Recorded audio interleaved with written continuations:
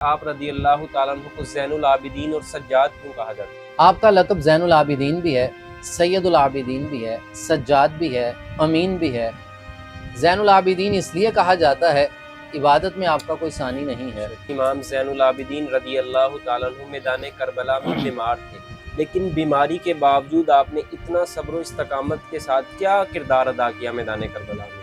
ایک تو راز یہ ہے کہ نسل رسول کی بقا بھی رہے، اور دوسرا راز یہ بھی علماء نے لکھا ہے، امام زین العابدین رضی اللہ تعالیٰ عنہ واپس آ گئے تو آپ کس طرح اس کے بعد پھر اہل بیت کے پیغام کے امین بنے؟ آپ کا ایک لقب امین بھی ہے۔ امانت وہ جو رسول اللہ صلی اللہ علیہ وسلم نے حضور مولا کائنات کو دی تھی۔ آپ کی زندگی انتہائی مشکل حالات میں گزری، طرح طرح کا ظلم کیا گیا، تو آپ نے ظلم سے بچنے کے لیے کیا کیا حکمت عملی اختیار کی؟ امام زین العابدین رضی اللہ تعالیٰ عنہ آپ کی ہستی سے ہمیں یہ جو سبق مل رہا ہے، بسا اوقات جب فتنے زیادہ ہو جائیں تو ہجرت کر لینی چاہیے، فتنے زیادہ ہو جائیں تو صبر کرنا چاہیے، خاموشی اختیار کرنی چاہیے۔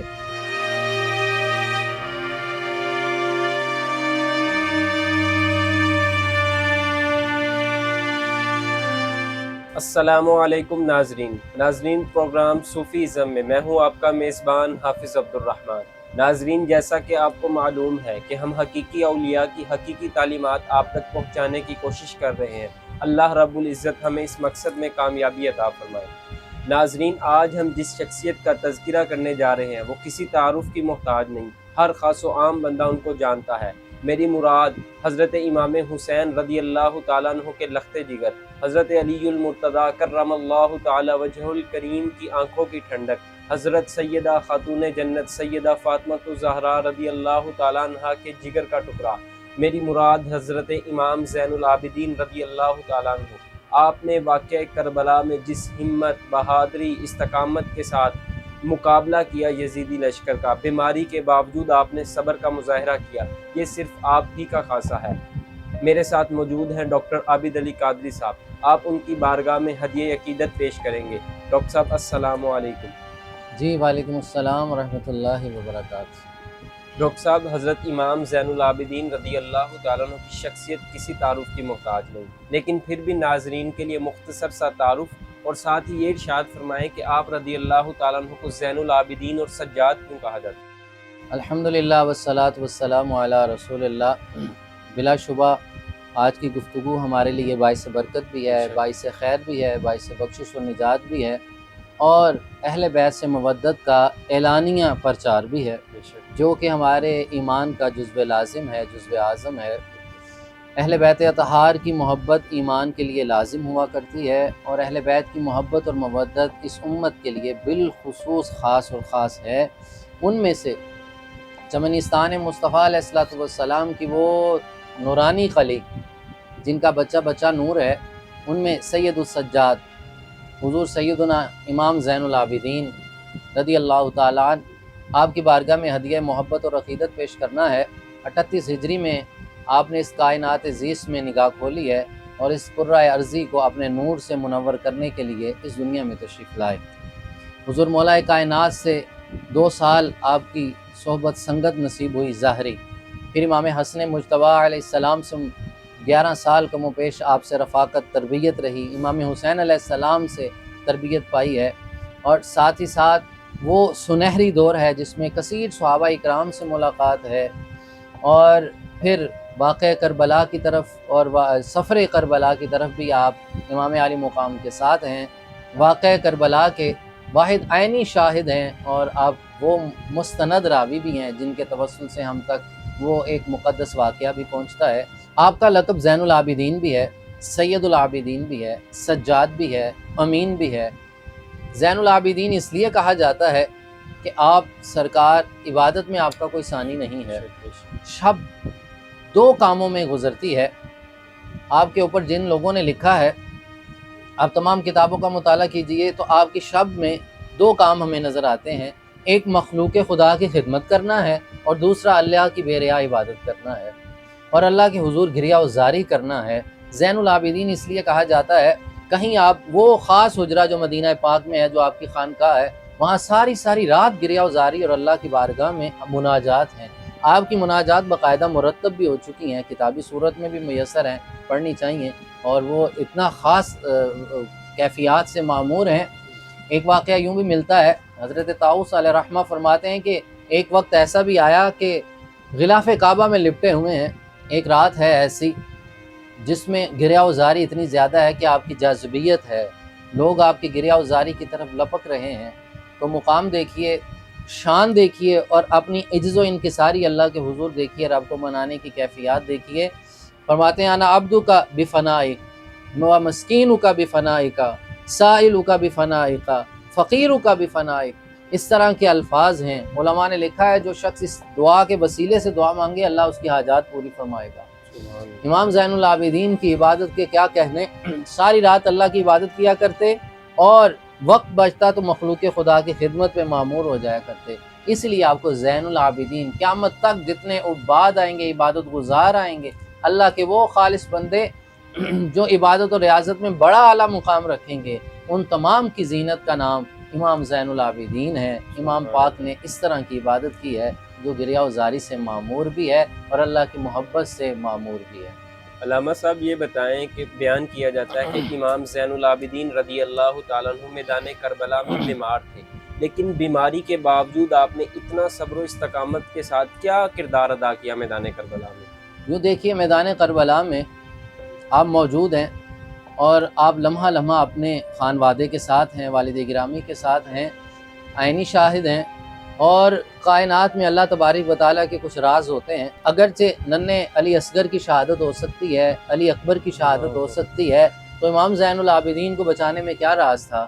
ایک تو راز یہ ہے کہ نسل رسول کی بقا بھی رہے، اور دوسرا راز یہ بھی علماء نے لکھا ہے کہ جس طرح استقامت امام علی مقام امام حسین علیہ السلام نے عطا کی ہے اپنی جان دے کے، تو امام زین العابدین نے بعینی ہی جان بچا کے استقامت کا مظاہرہ کیا ہے۔ وہ مقام رضا پہ امام علی مقام سید الشہداء امام حسین علیہ السلام جس مقام پہ ہیں، اسی طرح باپ کا کہنا مان کے آپ بھی اس مقام رضا پہ ہیں کہ جہاں آپ نے کئی بار اصرار کیا کہ ابا جان میں آپ سے پہلے شہادت کے لیے تیار ہوں، ہمارا بیٹا نہیں، آپ نے ان کی حفاظت کے لیے رہنا ہے، آپ نے ادھر رہنا ہے۔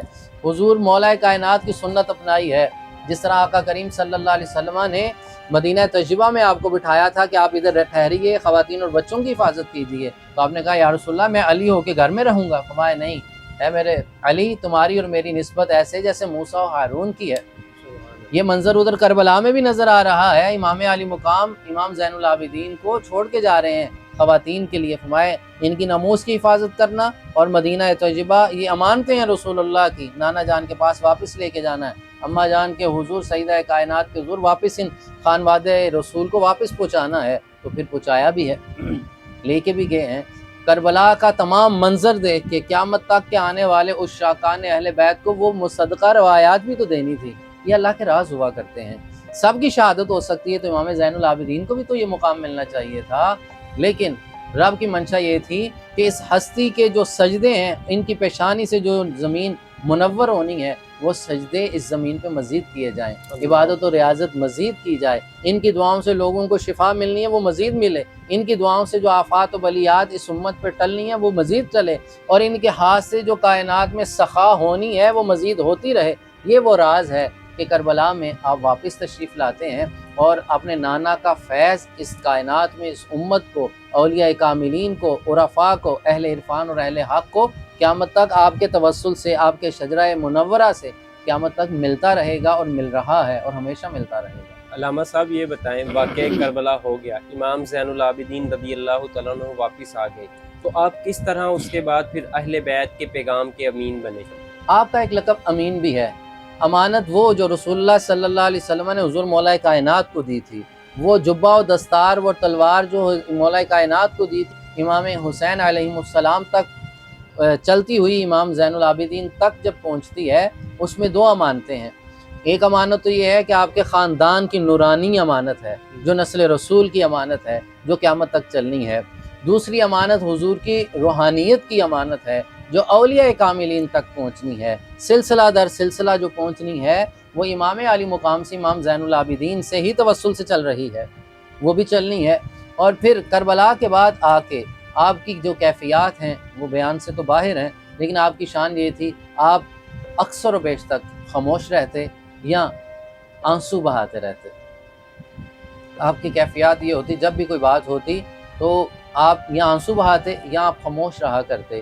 پھر عبادت و ریاضت کی طرف آئے، اگر قربانی کا جانور بھی ذبح کیا جاتا تو آپ فرماتے کہ اسے پانی پلا کے ذبح کیا کرو، اسے پیاسا نہ ذبح کیا کرو۔ آپ اپنی نگاہیں پھیر لیا کرتے، کسی کو ذبح ہوتے جانور کو بھی ذبح ہوتے نہیں دیکھا کرتے تھے۔ یہ آپ کی کیفیات ہیں۔ پھر آپ نے اپنا جو مشن رکھا ہے، جو امین کہا گیا ہے، وہ کیا ہے؟ حضور کی سخا میں نظر آتی ہے۔ آپ کے وصال کے بعد غسال نے ایک راز اٹھایا، ہمارے آپ کے کندھے مبارک پہ نشان تھے، وہ نشان کیا تھا؟ رات چھپ چھپ کے غربا مساکین مدینے کے رہنے والے غربا کے گھر خود کھانا پہنچایا کرتے تھے، راشن پہنچایا کرتے تھے۔ یہ روحانیت اور تصوف کا اصول دیا ہے امام زین العابدین نے۔ جس نے ولی بننا ہے، فقیر بننا ہے، صوفی بننا ہے، اس کے لیے پیغام یہ ہے رات اللہ کی بے ریا عبادت بھی کرے اور رات کو چھپ کے انسانیت کی بے لوث خدمت بھی کرے۔ جب آپ کا جنازہ مبارکہ جا رہا تھا تو پورا مدینہ یہ کہہ رہا تھا کہ آج ہم یتیم ہو گئے، آج ہمارے گھر لنگر دینے والا کون آئے گا؟ کسی نے دیکھا نہیں تھا کہ رات کون ہمیں راشن دے جاتا ہے۔ آپ کے جانے کے بعد راز کھلا، وہ تو امام زین العابدین تھے جو گھروں کو چن چن کے راشن دیا کرتے تھے۔ مرشد کا بھی یہی مقام ہے، وہ دعائیں بھی دے اور لنگر بھی دے، ظاہری بھی دے اور باطنی بھی لنگر عطا فرمائے۔ اس لیے آپ کو امین کہا جاتا ہے کہ حضور کے علم کے امین ہے، حضور کی نورانیت کے امین ہے، حضور کی روحانیت کے امین ہے، میرے آقا کریم صلی اللہ علیہ وسلم کے علم کے بھی وارث، ظاہری باطنی علم کے بھی وارث، قرآن کے بھی اور حدیث کے بھی وارث ہیں، اور ایسے امین ہیں۔ اور امانت کے ساتھ یہ امانت آپ نے آگے اپنے خانوادہ رسول میں بھی اور اولیاء کاملین میں بھی پہنچائی ہے۔ آپ کی زندگی انتہائی مشکل حالات میں گزری، طرح طرح کا ظلم کیا گیا، تو آپ نے ظلم سے بچنے کے لیے کیا کیا حکمت عملیاں اختیار کی؟ امام زین العابدین رضی اللہ تعالیٰ عنہ، آپ کی ہستی سے ہمیں یہ جو سبق مل رہا ہے، بسا اوقات جب فتنے زیادہ ہو جائیں تو ہجرت کر لینی چاہیے، فتنے زیادہ ہو جائیں تو صبر کرنا چاہیے، خاموشی اختیار کرنی چاہیے۔ جب فتنے زیادہ ہو جائیں ہر وقت ضروری نہیں ایک تو میدان میں اترنا، وہ امام حسین علیہ السلام حضور مولا کائنات کی سنت ہے، اور حکمت عملی سے چلنا امام حسن پاک امام حسن مجتبیٰ کی سنت ہے، جس پہ عمل امام زین العابدین نے کیا ہے کہ آپ نے حکمت عملی سے اپنی عبادت و ریاضت کی ہے، مخلوق خدا کی خدمت کی ہے، دین کی خدمت کی ہے، پڑھنے پڑھانے کی، تعلیم کی، علم کی خدمات کی ہیں، اس امت تک علم پہنچایا ہے، حکمت پہنچائی ہے، تعلیم آقا کریم صلی اللہ علیہ وسلم کی سخا پہنچائی ہے۔ تو آپ کی شخصیت سے ہمیں یہ ملتا ہے۔